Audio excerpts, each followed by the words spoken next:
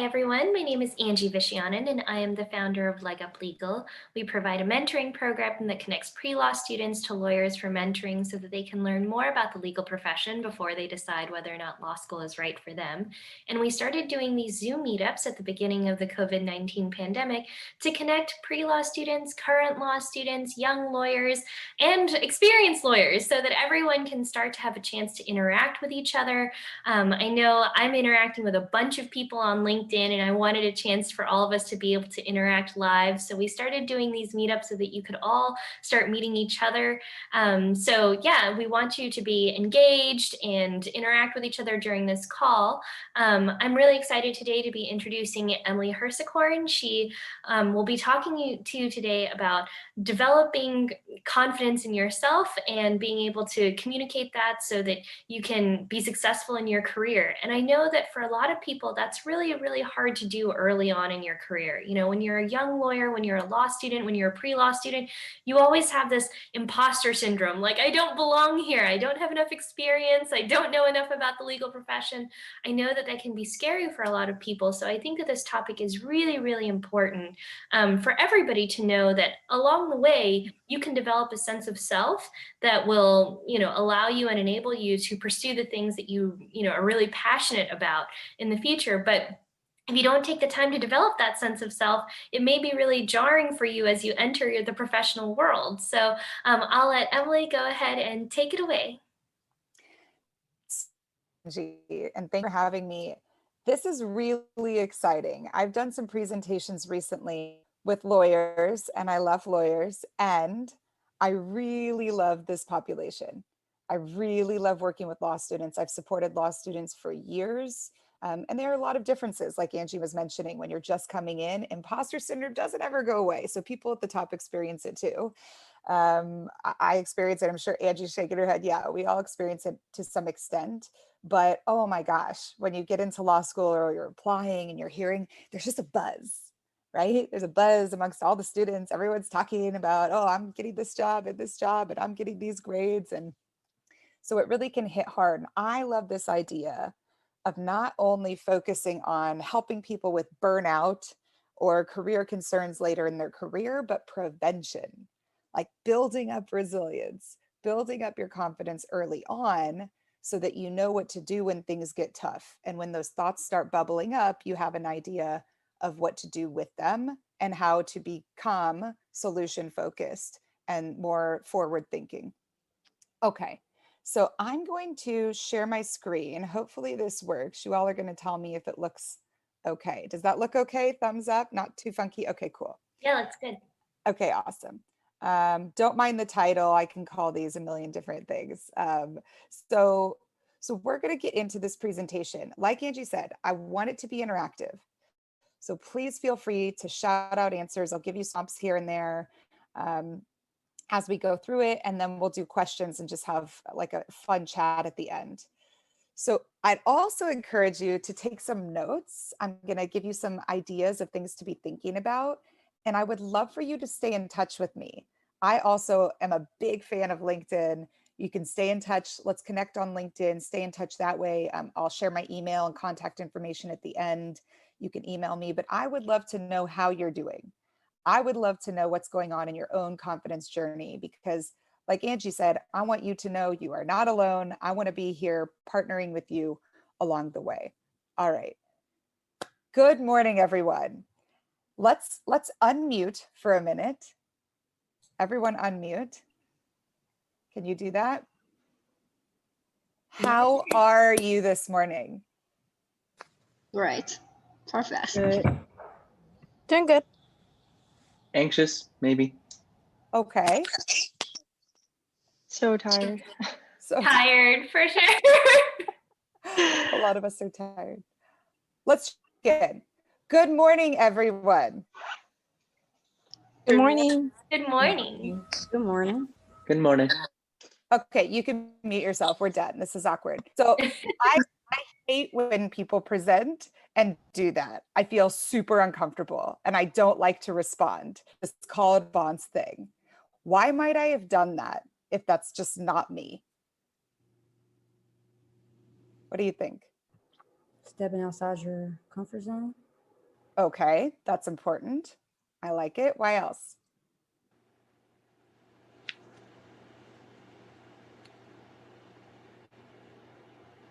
I feel like there's some expectation that it's courteous to like say good morning and to like have some response from people. I like that. Courteous. Why else? Why else might I have done something that's really not me? I must have heard that or seen that somewhere, right?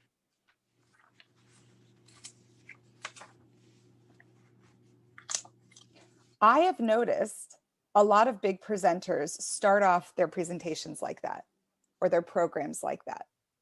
So I quickly decided that that's what I'm supposed to do if I want to be successful and have an engaging presentation. But like I said, I don't really like that. When I'm an audience member, I don't like it. It's even weirder for me to do it myself. So if that's holding me back from being authentic, and I feel kind of goofy doing it, pretending to be someone else, it throws off my presentation. I want to introduce you to this idea before we get into my framework here in a minute of limiting beliefs. The Institute for Professional Excellence in Coaching defines a limiting belief as a generalization, stereotype, or idea that you learned and accepted about yourself, about the world, or about other people that limits you in some way. In other words, we all have these general ideas about how things are supposed to be or what we should be doing, right? That may hold us back from showing up as our true selves. And then we behave and we make decisions based on these beliefs about how things are supposed to be instead of really making conscious choices or aligned choices. By a show of hands, how many of you would say this resonates a little bit, especially right now in your life when you're applying to law schools, you're trying to do the right thing, you're in law school? How many of you would say that this resonates in terms of you having made a decision before based on what you think you're supposed to do? I know I certainly have done this. Does anyone want to share an example that may resonate with others as well? Oh yeah, when I was applying to law school, I know, there was a lot of pressure to apply to those top 14 schools. I thought I had to get into Harvard or Stanford or Yale. And I know when you get into law school, they put a lot of pressure on you to choose summer job opportunities, and it always seemed like the most prestigious ones were federal clerkships or, jobs in big law. And I knew myself, and I knew that big law was not the way I wanted to go. I felt like I wouldn't fit in the big law culture. But it was hard because I think, if you had good grades, for sure, the schools tried to push you to those big law institutions or tried to push you towards federal clerkships. So yeah, I think that there's a few generally accepted norms in law school that we feel pressured to accept. Awesome example. I'll share from my own personal experience on that same page. I went to law school because I thought to be happy and fulfilled and get by okay in life, I needed to make as much money as possible. That literally was why I went to law school. There were other things I wanted to be doing. So I went to law school, I did well. And like Angie said, my career services staff really kind of pushed me into the bigger firms. No one talked to me about government opportunities. I may have really liked working in a government position or a nonprofit position, but in my mind, that wasn't the way to make the living, to pay off my loans. There really was only one way. And I didn't stay in private practice for very long. So things might have been different. Someone else had their hand up. Feel free to just shout things out. Sorry, guys, I can only see a few of you. So no need to raise hands. We don't need to be polite here. I think my point was actually very related to Angie's, where like I am in my third year of law school, and there's this expectation that you should be in moot court or in law review to be at the top, and that you should aim and strive to be on these positions. So my school, you had to apply for or try out to these specific programs. Absolutely. I always say when I joined law school administration years ago, I was shocked at how much students were doing today. To law school over a decade ago, and we dabbled, we did a few things, but it's incredible. I mean, working maybe 2 jobs a semester and doing moot court on some sort of journal in the different professional organizations, the student orgs. It's incredible. And a lot of that isn't because, oh, I really want to do this, but instead, I think I'm supposed to do this because that's what someone said, or that's what everyone's talking about, or that's just what everyone else is doing. And then that's my competition. So to get the jobs, yeah, you see where we're going here. Okay. So this is an interesting concept, I think, for law students and lawyers to be thinking about in terms of what we're taking on, how we're making choices in our lives. And the overarching idea for all of the work that I do is really to get people to understand we actually get to choose how we show up and what we do in our lives, what our lives look like. And the more we are making conscious choices, the more fulfilled and happier we will be. So let's move into now.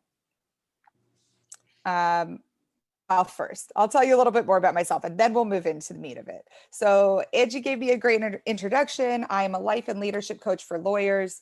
I've been working in career support for years and really quickly identified what I feel most passionate about, which is really helping lawyers and law students succeed and empowering them with confidence coaching, getting through imposter syndrome like we were talking about before, all of that good stuff, really helping you succeed beyond just finding a job. Because we have a lot of different positions in law school, and then afterwards, everyone gets their first permanent job and they're so excited. And then what happens? A lot of lawyers can burn out if they're working too much, or they're not really loving what they're doing. And then they feel like, what's next? Where do I go from here? Or even in law school, I have so many first-year students who are saying, I don't know what I want to do, and I'm freaking out about it. Everyone says I need to pick something. And so being able to be comfortable in just making choices, moving forward, and always focusing on that. So long as you're moving forward and growing and finding joy in where you're at, and not just constantly reaching for what's next, the next best thing.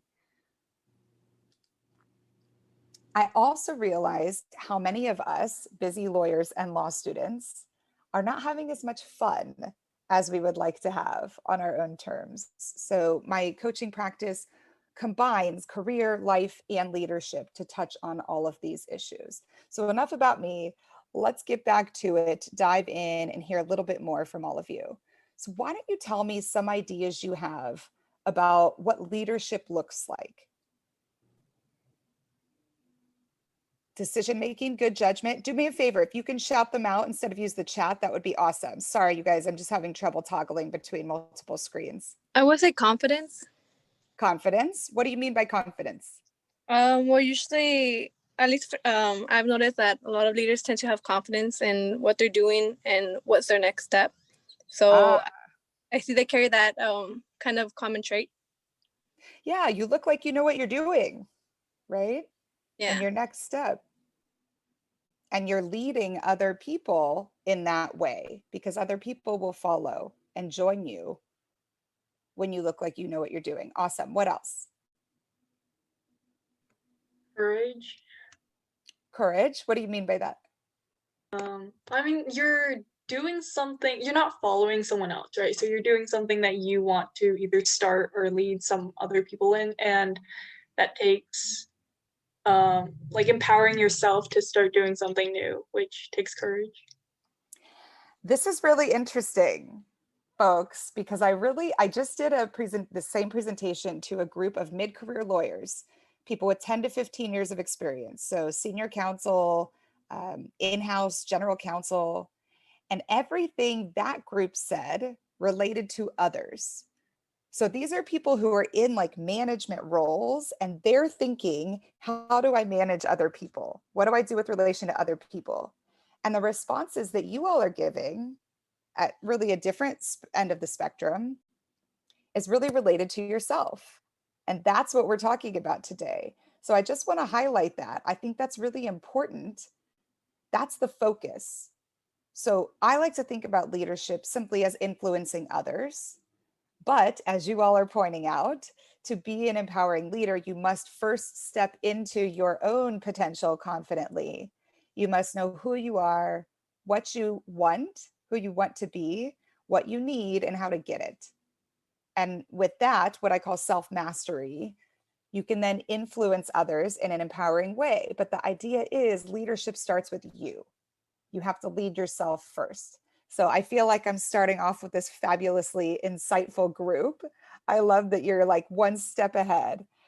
So let's get to it. So this framework I've developed, we've got 4 dimensions. It's self-awareness, self-visualization, self-care, and self-advocacy.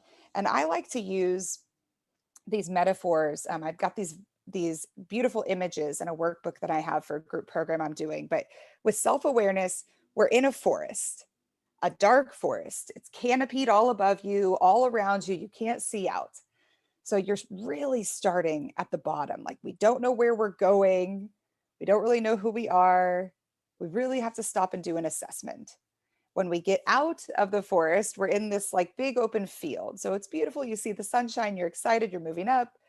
We're getting into this self-visualization idea. You still don't know the path.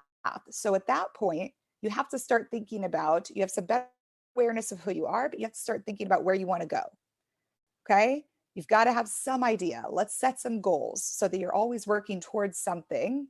Even if you know, I love the idea of detaching from the outcome, even if you don't end up getting there ultimately, fine, but having some sense of direction. And then you get to this like serene lake with like mountains in the background. It's really beautiful. This is self-care. So you've got a point A, a point B, and a plan, an idea, you're working your way towards there, but you've got to be making sure to take care of yourself for stamina, to continue the momentum, to continue your motivation. Because if you don't have that, even if you have the plan, you know where you're supposed to go, at some point, you're going to come into some sort of hurdles or blocks. And you've got to be able to be resilient and get through those. And the last one, self-advocacy, you're like up at the top of the mountain. You've reached the summit. You're like in the clouds. And that's when you're really going out there and getting what you need to succeed. And when you can self-advocate effectively, you know that you're always there for yourself. You don't have to worry about relying on others. You don't have to worry about resources. You are resourceful. So you'll always be able to get through whatever you need to get through to get to what you want. So that's why you're like at the top of the summit. Okay, now that I've gone through my like woo-woo, you know, imagery, let's get back into a little bit more practical what we're talking about. So with self-awareness, you have to know who you are first, what makes you tick, what are your strengths, what are your weaknesses, what are your current skills, how you're showing up. You have to know what's going on there to be able to make some sort of change and develop to get to where you want to be. So for example, I grew up with a lot of anger in my house as a child. That was like the natural reaction. Like if something went wrong, we'd get mad about it. So I learned that, right? That was my natural response. So when I started working out in the real world and I had done really well in law school, school was a little bit easier for me. Work was hard. And that was really hard for me. And that kind of bubbling up anger or blame, want to blame others, that started coming up for me. And at first I didn't think about it because I was having fun blaming everybody else, avoiding, you know, avoiding my responsibility for what was going on. So as soon as I realized that though, then I can start pulling back saying, okay, wait a minute. This is what's going on when these certain stimuli happen or come up in my life. And then I could start choosing to show up differently. So if I realized, okay, I'm always blaming others, then I could start asking myself what things would happen. How can I actually take responsibility here? I consider that moving your energy levels up a notch. And if I'm taking personal responsibility, maybe even then start thinking, gosh, what might be going on for those other people? Maybe they're like super busy and they're overworked and oh my gosh, now I'm starting to really care about those other people. And then the next energy level, I start thinking about opportunities. What are the opportunities here? Maybe going through this difficult situation, realizing how we can actually change our office structure or how I can reorganize my day to be more productive. We could go on and on about these energy levels, but just wanted to share kind of a quick idea about how this works and why it's so important to start with self-awareness. And this is what I'm talking about. Once you are aware of what's going on and you can tweak things a little bit, mind shifts here, then you can start making conscious choices. And if you're making conscious choices that are not fear-based, they're not coming out of this angry, reactive place, that's when they're really going to put you in a place of alignment with your values, who you are, what you really want. So think about this. What are your skills, your strengths, your weaknesses? Are you showing up at work grumpy? Are you at school happy to be there? Are you loving Mondays? I actually love Mondays. Don't be mad at me. People like hate Monday. Or are you like, oh my God, Monday again, I have to go back to Zoom school, whatever's going on with you. Just check in with yourself. And then I love this next question. What might be influencing your energy at school and at work? Sleep is a big one for me. I'm really busy right now. I'm working 2 jobs with my kids at home and I'm moving cross country. We bought a house in another state, like on a whim. That's kind of crazy. So I'm not sleeping a lot right now. That definitely influences my energy. What about your circle of friends? Do you have a circle of friends where everyone loves to get together and gossip or complain? Or do you go to work? Do you work in one of those offices where immediately your coworkers come into your office? Oh my gosh, I have to tell you what the boss is going to do. Da, da, da, da. We have to figure this out. That could be draining, right, on your energy. So self-awareness is kind of like a self-assessment here. What's going on with you? Self-visualization. So that was point A. Now we're talking about point B. Let's think about who you want to be, how you want to show up. What do you want your ideal work and personal life to look like? Because it all goes hand in hand. If you're applying to law school, what do you want your school life to look like? What kind of place do you want? We were talking about kind of benefits of, I'm in San Diego now. Most people are like, oh, San Diego is so fabulous. It's so beautiful. It is, it's beautiful. The weather's great. And my husband and I made a conscious choice to move back to my hometown of Kansas City for the lifestyle, for the pace. So what do you want? What's important to you? And now you have heightened self-awareness once you've done the awareness work. And then you can start like dealing with whatever the blocks are that are getting in your way as you're doing the self-visualization work and identifying your point B. So when you're thinking about this point B, what you want, where you want to go, how you want to show up, then ask yourself, what's getting in your way? So let's say I want to be sleeping a lot. I want to wake up like super happy, for the start of the day, and I'm sleeping 5 hours a night. Okay, that block, I might start thinking, I'm going to set my alarm at a different time. I'm going to give myself some more time to sleep in. I'm going to go to bed earlier, and whatever I need to do to make that happen, I'm going to hold myself accountable. Maybe I have an accountability buddy. That's a huge piece here when we start doing self-work, is figuring out how can we hold ourselves accountable. Coaches help with that, but then we send our clients on their way and we want to work on their own self-accountability. So with the direction in mind, you are really ready to start to step into your confidence. And then we're going to get back to that question of self-care, which is the third dimension. So now you have these ideas about where you want to go, what you want your life or your school life to look like, what's going on with you, what's getting in your way. Start coming up with ideas about dealing with whatever blocks there are. But self-care, like I said earlier, this is the crucial piece to making it happen.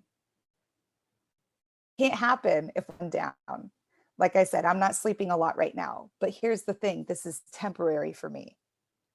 I will be in my new house in a few days. Ah, so excited. And of course, we'll be moving in, whatever, but I will have my office. I'm literally working out of my mother-in-law's chair right now. I'm in a chair in like a back bedroom in the house. I hope my son's okay. My 4-year-old's like watching TV, My Little Pony or something out there. I don't know what he's doing. So yeah, I'm gonna have my own office. I'm gonna feel comfortable. We're buying a new mattress so that we can sleep nicely. We're gonna be sleeping on the floor in sleeping bags for a little bit, but it's temporary. So the concern is, if the circumstances, or like I call them energy influencers, like sleep, just as an example, or your circle of friends, if that's not temporary, but it's draining, that might be something we want to address. And this can be really hard when you're in a major transition in your life, for example, with any of these energy influencers, but sleep, and also with the people that surround you, with people you love, who you've held on to for a long time. If you come from a place where, you know, folks are draining your energy and you want to be inspired, you want to be motivated, you want to be surrounded by the people who are excited about their work, start thinking about that. Okay. The other important piece was self-care. Shout out things here, people. When you think of self-care, what do you think of? What do you go directly to? Running. My bed. Running, exercise. What was that? My bed. Sleeping, exercise, sleep for resting. What else? What's the one other one? Eating. Nutrition, eating. Yeah. Well, yeah, we got to eat. Nutrition. Yeah. Those are the common ones. So I want to challenge you to expand your definition and also think about socialization, especially during COVID, when that is really hard right now. Socialization is huge, and fun and enjoyment. So I don't know how many of you are familiar with, and I'm not going to get into it, but Maslow's hierarchy of needs. It's a psychological thing. So the base of the pyramid is those fundamental things, our physical health, or we would die, right? Like that's why those things come into mind initially. We have to be sleeping. We have to be regenerating. We have to be eating, keeping ourselves alive. But beyond that, to really be a holistically well person, especially in law school, which is tough, you got to be resilient. And as a lawyer, you really want to think about, are you enjoying yourself? That makes things that are difficult a hell of a lot more sustainable and easy to get through. So again, I want to encourage you to think about this in a little bit of a different way. And the last idea here is spirituality. So I used to have an issue with this word because I don't consider myself traditionally religious. And then the Institute for Professional Excellence in Coaching really talks about spirituality. I love it in a way that it's just about feeling connected to something beyond yourself. So whether that's religion and God, that's one idea. But beyond that, for myself, for example, I think of community. I think of my work. I'm very connected to a lot of people on LinkedIn, even a lot of other lawyer coaches. So the idea is people are wondering where I am if I don't show up somewhere. If I'm sick or my son breaks his leg, someone's going to show up at my house with a home cooked meal. So that's another idea here, just feeling connected, feeling on purpose, feeling like everything makes sense, you're doing things for a reason. That's also an important piece of self-care. The last dimension here is self-advocacy. I love this one. So one way to think about this is, the way I define it is getting what you need to succeed. But one way to think about this is accountability. Like I mentioned earlier, accountability is huge. We can set goals all day long. And that's what I do with people as a coach. I help them set goals and achieve their goals, or at least work towards their goals. That's really the important piece. And I help hold them accountable. A lot of my clients will say, I ask them if they did their homework, and they say, yeah, I did it because yesterday I was like, oh, shoot, I have a call with Emily tomorrow. So that's great. And how can you hold yourself accountable? So I want you to think about this. When we're talking about accountability, you can use an accountability buddy. For exercise, we always think about that. People like to go to the gyms together, or now maybe doing a virtual Zoom class together. They know someone else is going to show up and expect them to be there. That's also the idea with the physical trainer. Someone's going to be there at a certain time, right? But what about your calendar? Or I have a client who does meal prep on Sundays. So she wanted to start journaling. She's like, I'm going to put it up on my fridge so that I attach it to my Sunday meal prep habit because I know I'm going to look at it. That's holding herself accountable. I have clients who put like positive affirmation sticky notes all over their mirror. I love that. So they wake up and they look at it. That's holding themselves accountable to doing that work. So start thinking about this. If you want to start eating better or sleeping more or whatever it may be. You want to explore more careers. Write in your calendar, I'm going to talk to career services on Wednesday. I'm going to schedule an appointment. Start thinking about how you can make sure to hold yourself accountable. This is also a critical skill to develop as you get into legal practice. I would say it's this delicate dance that you're doing where you try things on your own when you get an assignment, for example, but you don't spin your wheels and you know when to ask for help. So a lot of folks early on were a little bit timid. We don't want to look stupid, like we don't know how to do the work. And so sometimes we don't ask for help, but then we're wasting time and our hours are going to get written off. If those of you are in law clerk positions, you know what I'm talking about possibly. If you're pre-law, you'll figure it out soon enough. But that's something we really want to work on, getting confident enough to go up to a supervisor and say, this is everything that I have done so far. I'm at a point where I feel I'm spinning my wheels a bit. I'd love to know what suggestions you have about other places to look. Okay, so that's also self-advocacy.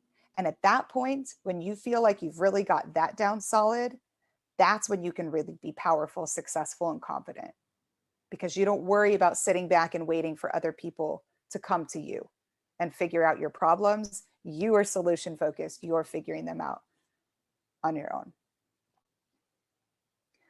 Okay, so that is the framework. I'm just going to go through just real quick a bit about my coaching services, and then we can just have a conversation. I've been talking for a while now and take any questions you might have.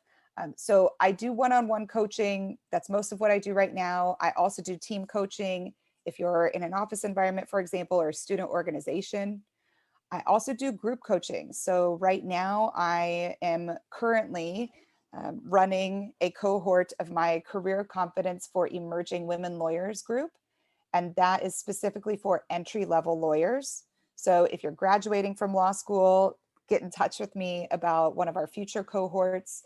It's been fabulous. We've got a really interesting group of women, a couple who are in-house, one who's a judicial clerk, two in private practice. So different perspectives, but a lot of commonalities. And it's really interesting to see a lot of folks sharing the experience of imposter syndrome, anxiety, all of these things in the legal field.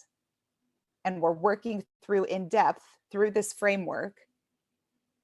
They're doing work throughout it, and then we come together, we do group coaching where I'm actually coaching them in the sessions so that they can actually start to develop themselves together and then move forward in their legal career. My purpose is to help all of you get off on the right foot so that down the road, when you're ready to make choices and changes, again, you're doing it consciously.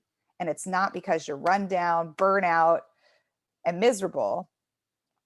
But before you get to that point, you can figure out what you want to do. And if you're moving around, you're not leaving because it was terrible, we're blaming everyone else. We've checked in with ourselves, done everything we can to make things right, a lot of self-work, and then making those conscious choices to move around.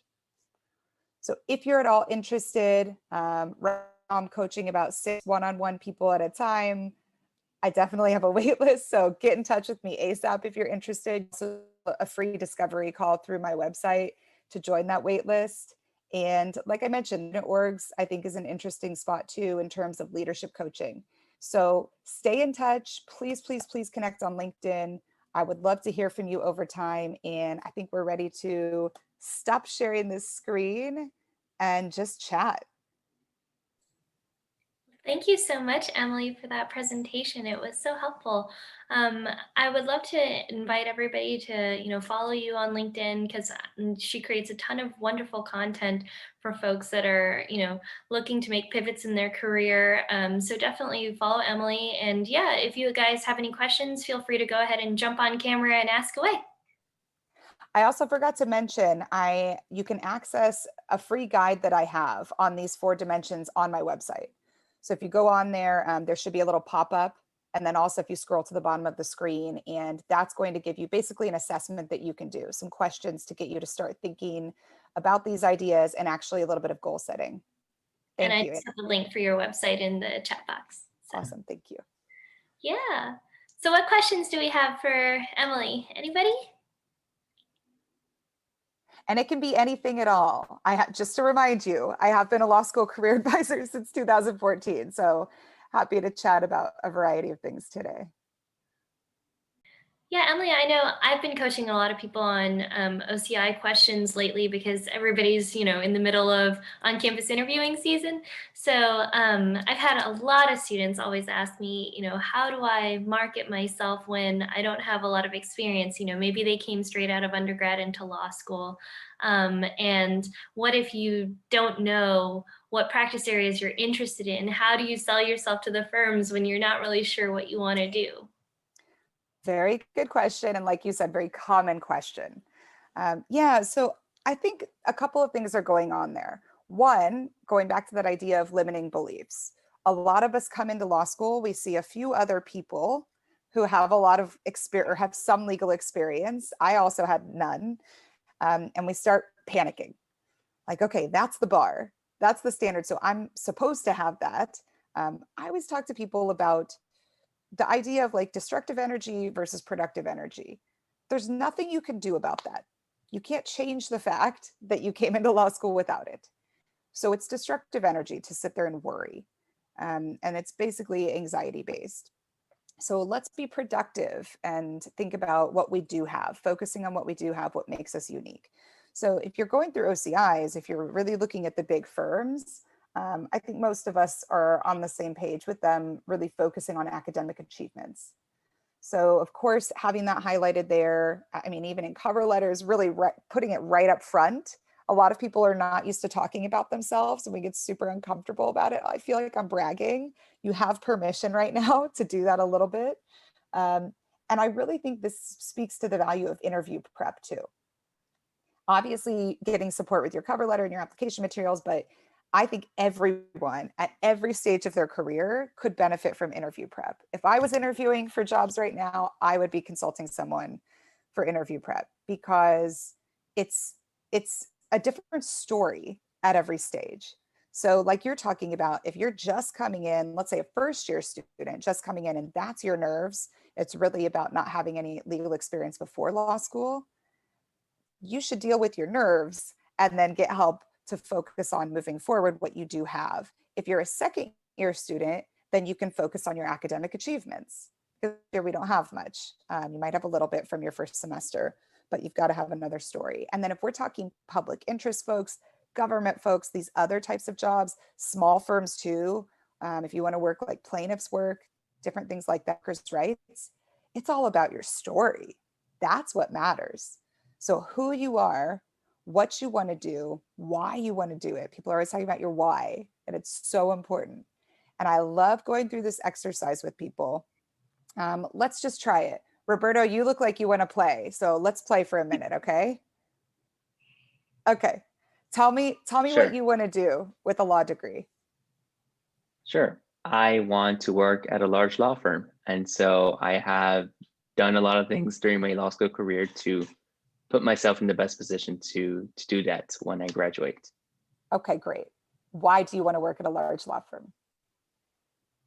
I want to work there because my long-term goal is definitely not that, but I know that in that experience and in that environment, I'll be pushed to churn out a lot of work to become the best advocate that I can be for my future clients. Eventually, I do want to work at a in-house law firm, in-house corporate counsel, to correct that. Okay.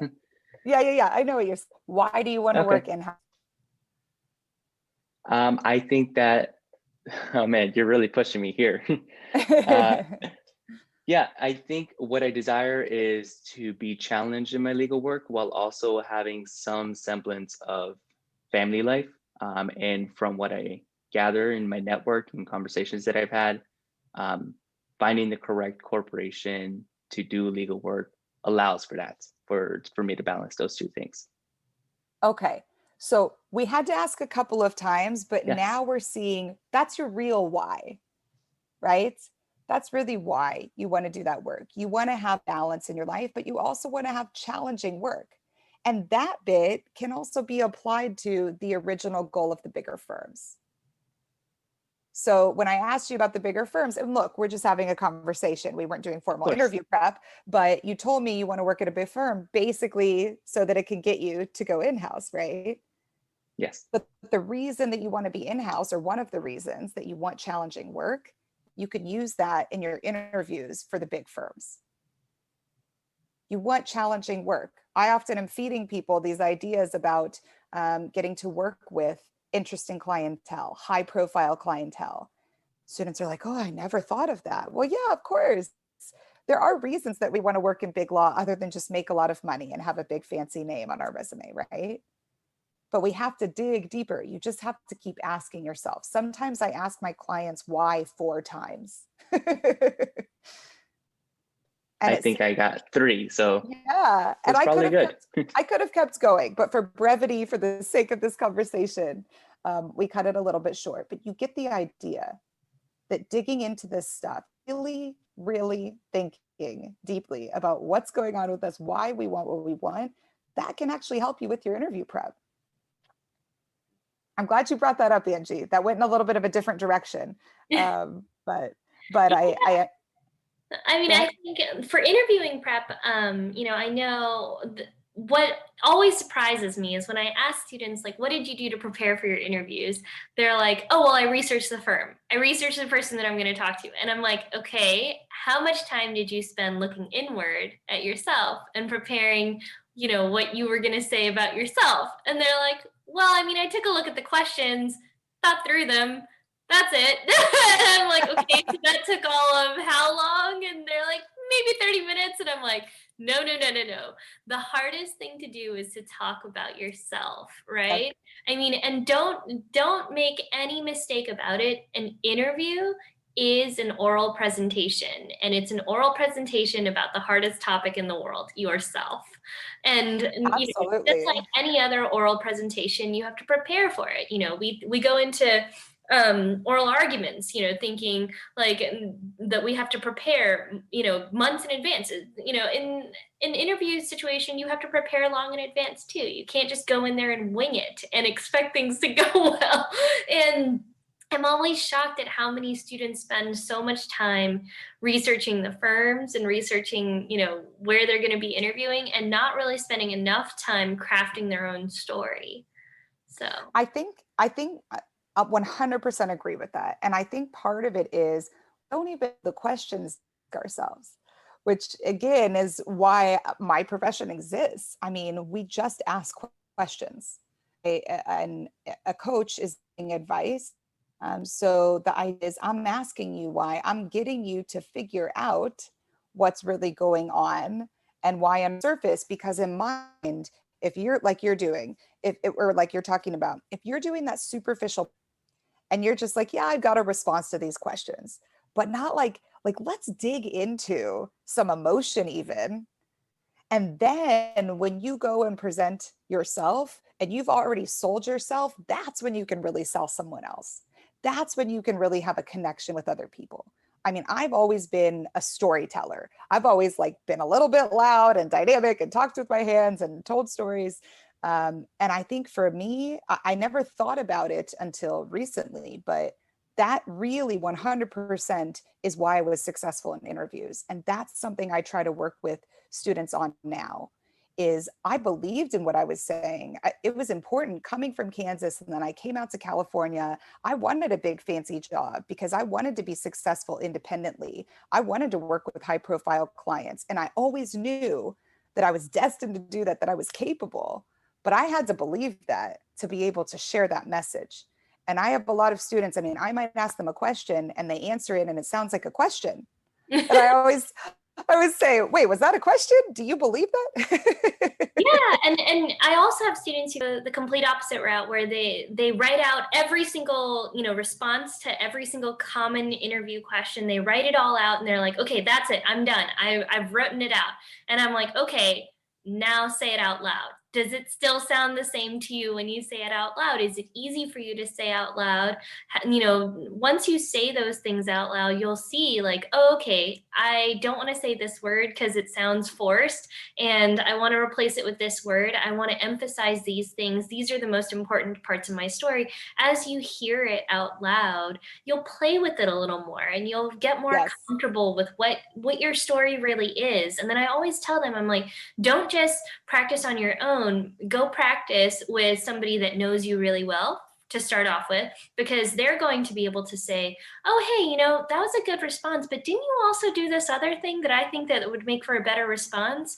And then after you've revised every response, but by talking to the people who know you well, then go talk to somebody who doesn't know you well, and then see what they're getting out of your responses. Are they picking up on the things that you think are the strongest things about yourself? If not, then you have more tweaking to do, and I'm always shocked to see how many students don't spend the time actually doing mock interviews with a friend or a family member or something like that, and they do all of their prep in 3 hours the day before in their room, just trying to research the firm and spending maybe 20 minutes thinking about what they're going to say themselves, and that's just not enough time.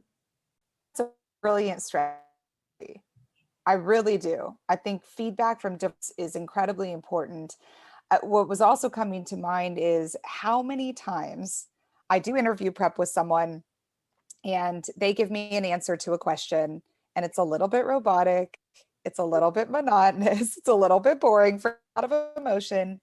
And then I stack to them with emotion. I'm being a little bit more dynamic. And look, I admit, like, I'm being dramatic and I'm a presenter, and that's not necessarily exactly an interview, but I'll make it more succinct. I'll tie things together. I'll simplify, because they always come in and they're like, I'm all over the place. And it's going to look like that. And I'm like, well, actually, the common thread here, you've been doing litigation, or you've been a trial attorney. I don't care if you've been doing criminal prosecution and civil litigation. You want to be in the courtroom. They're like, yeah, that sounds really good. I'm like, okay, now use it. It's like, as soon sort of like feeling and then they like get into it. But sometimes when we're in the woods about ourselves, because we know all the details about ourselves and we're having all this anxiety about what we should be doing, what we want to be doing, it's hard to do that. So like you're suggesting, talking to someone who doesn't know you well, that's usually me. When I know a lot of students superficially, at the university level, not my coaching clients by any means, but yeah, that's definitely an experience that I've had that's been quite interesting. Yeah, sometimes you just have to talk these things out. I'm just one of these people that, for me, it helps me to verbalize everything out loud. So when I'm prepping for an interview, instead of just, doing written responses or whatever, I will hammer it out with a friend or somebody like that, and then just try to see what are the common themes that are popping up in my responses, what is resonating most strongly with the person that I'm talking to.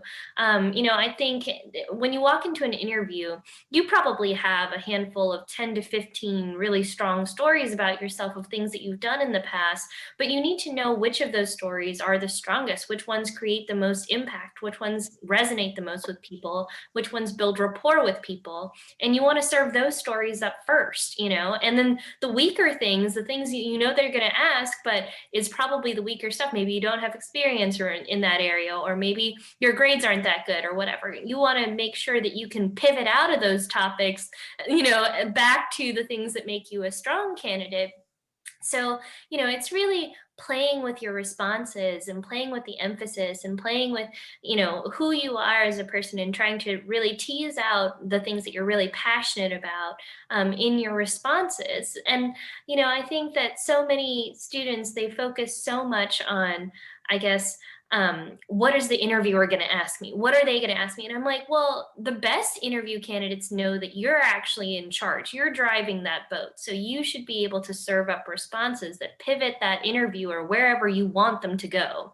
But if you're just so busy just trying to respond to things, and you're not putting a lot of thought into where you're steering them, how are you getting them to your strengths, then you're just leaving your fate in their hands. you know? I love that. I think that brings this back to the topic of the presentation today, where you are in control, you can make choices here. I think I call that very level 1 energy, where we feel totally in control. Mhm. And you're totally right. A lot of students feel like that. Like, I'm at the whim of the employer. I will just respond to whatever they say, or whatever they ask me. And you're right, it's not true. I've been sharing some fun questions, example questions with students to ask at the end of the interview, where it kind of takes back control. That's a spot to it. Or to share information about yourself at the beginning of a question and then ask the question, because that's something that comes up sometimes. People are like, oh my, you didn't ask me anything. So talked about the firm the whole time, and I feel like it's a charity thing, and that's super weird. Like, they don't know anything. And you brought up, with the mind that you are out of control, it is at the whim of the employer, well then yeah, you're not going to get anything out. But if you go in with the mindset of, I'm resourceful, I'm going to make this happen, I'm information in there, that's a confident law student or attorney, then yeah, you figure out how to do it, you get creative. And I think that's an important piece here, is getting through that framework that I went through. Creativity start bubbling up, opportunities start bubbling up, people become attracted to your energy. You're putting like really strong energy out there as a individual. So I think it's super interesting, how all it's tying together. And I love that you are really making it super relevant for the students right now who are going through the interview process. Yeah, has anybody been doing any interviews lately that you got to somewhere where you were stuck on something that you want to get Emily's thoughts on? Yeah. So, hi, I'm Melissa. So I am an attorney, and I've had several interviews where I've pigeonholed myself. I don't know. They asked me about like what I'm passionate about and stuff, and then I go in a certain direction, and then I'm like, no, wait, no, keep going. Oh crap. And then I land myself in a hole, and I'm like, oh well, I've talked myself out of a job. That's okay, that's fine. So to clarify, is the idea that maybe the firm does one thing, talking about something else? So they're all corporate positions, or like not even positions. One of them was an informational, so there wasn't actually a job. And originally I had gone to a webinar for like cybersecurity. So like I was like, oh, okay, I'll just talk to her about like privacy and like cybersecurity. And then she just wanted to flesh out my resume, and I was like, okay. So I fleshed out every line of my resume apparently. And then I was like, but I have questions. I did research. I looked Right. up your company. Like I do know stuff. Right. And then she So was yeah, like, okay, then, yeah, sorry, go. no, I was just going to say, it sounds, Angie was talking about figuring out that pivot Yeah, could be really helpful for you. Like, answer, give her something, right? You yep. want to be responsive, and then make that pivot. Because let me ask you this. After you answered a question, did you kind of wait for her next question, or did you take charge and then direct where the conversation was going? So I feel like so there was, I feel like all the bad reviews were over the phone too, because like online you can see their face and you're like, okay, stop talking. So over the phone I was like, okay, they're not saying anything, keep filling the void. And then I just, That's okay. That's okay, so long as it's going in that right direction, which it yeah, sounds like that's where you're not feeling so comfortable. yeah. What questions could you have asked? Or how could you have taken it in that right direction? When you said, I researched the firm, it looks like you had things you wanted to get out. Yeah, I had questions about like they had a recent merger. I was like, oh, like I had questions, and she literally after she fleshed out my resume was like, thanks for the combo. Like, I go, and I was like, but like 5 minutes. I have questions. No questions. Got it. So the question is how to get that stuff in earlier, right? Yeah. Yeah. And that's when you start feeling like, ooh, we're going through every line of the resume, maybe this isn't necessary, you coming up with, and that's what Angie's talking about with the practice, you coming up with a way that you can transition. So wrapping it up, tying it up, like for the beginning of an interview, for example, when someone says, tell me about yourself. And sometimes we find ourselves like rambling. I always tell people like, tie it back to the position at hand. That's a way to have like some closure there. So coming up with some closure for yourself that feels natural, and maybe that's even how it is. And then you can move in the next direction to move forward with the question. So let's say you're going through your resume, talking about something on there, and then you figure out a way to relate to the position. So because I did this in law school, or I did this in my last job and I really enjoyed it, that's one of the things that inspired me to look into your firm or your practice. So I was actually wondering, I know recently you worked on this merger and acquisition. I'm curious if you could tell me more about that. Okay. Yeah. I took control. I was in charge of the direction, but the big thing is you have transitions. Yeah. It's like, that's what you're missing. Because you're like, I'm here, I want to be here, but like, what's the middle part? How do I get there? It's good advice. Thanks. Yeah. Come practice those questions and let me know how it goes. Please actively interview. I would you to stay in touch. Yeah. Okay. Well, I know we're at the end of the hour, but I just wanted to say thank you so much, Emily, for your time today. Thank you for sharing all of these words of wisdom with us. It was so helpful, and I hope that people took away some things that will help them develop their own career confidence. We will be back on Thursday with another interesting topic that this one's really fun because it's more about legal marketing. So we're going to be talking about legal blogging and SEO and how can you start legal blogging on your own. And I know a lot of law students that I've talked to have used social media activities or blogging as a way to start getting experience in working with attorneys and getting their foot into the door. So we're going to talk a little bit about that and how you can start doing your own legal blog or contributing to other law firm legal blogs so that you can get your foot in the door. So thank you so much, everyone, for joining us today. And thank you, Emily, for your time. We'll be posting this recording on YouTube, and I'll send out an email to everybody when the recording is posted. So I'll see you guys all later this week. Bye, everybody.